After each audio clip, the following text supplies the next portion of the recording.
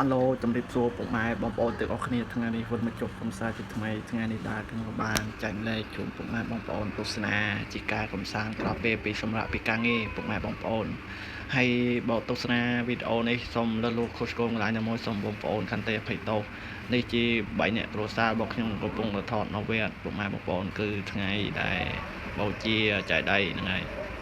ហើយឥឡូវនេះក៏បានឲ្យចំណាយត្រីពុកម៉ែបងប្អូនគឺនៅកន្លែងហាងកាហ្វេមួយឲ្យចំណាយត្រីពុកម៉ែបងប្អូនហ្នឹងហើយគឺបើវៀតណាមគេហៅថាឈ្មោះត្រីនេះគេហៅថាត្រីកាកយពុកម៉ែបងប្អូនដល់ភាសាខ្មែរយើងគេហៅថាត្រី7ពលពុកម៉ែបងប្អូនហើយវាមានអាការៈជាវាឃ្លានហៅមែនតើពុកម៉ែបងប្អូនហើយវាឃើញមនុស្សវាមិនខ្លាចទេពុកម៉ែបងប្អូនហ្នឹងហើយវាឃើញមនុស្សវាមិនខ្លាចទេព្រោះអីរបស់ខ្ញុំនេះកូនរបស់ខ្ញុំនេះគេឲ្យចំណៃត្រីពុកម៉ែបងប្អូនគឺចំណៃត្រីរបស់គេគឺមានមួយកំប៉ុងមកគេគឺមាន5000ដុក5000ដុកគឺគេ1000ទៀលលុយខ្មែរទេពុកម៉ែបងប្អូនហើយ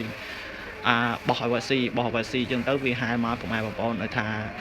ការចិញ្ចឹមត្រីរបស់សត្វ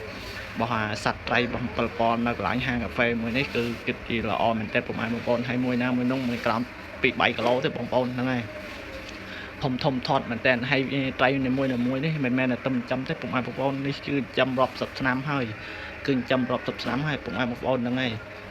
ចាំវិញចាំរាប់10ឆ្នាំចឹងហើយបានវាដុះពុកមាត់ពុកម៉ែបងប្អូនវាដុះពុកមាត់ឃើញពុកមាត់បត់ពុកមាត់វែងមែនតើហើយវា50ម៉ែត្រមើលដល់មក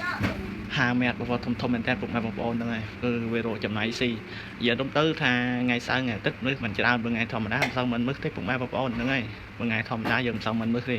ថ្ងៃសៅរ៍ថ្ងៃអាទិត្យនឹកច្រើនហើយទៅផឹកកាហ្វេជាមួយគ្រួសារអីតិចចុះមិនថាខ្ញុំមិនថាអ្នកដទៃពុកម៉ែបងប្អូនគេច្រើនតែ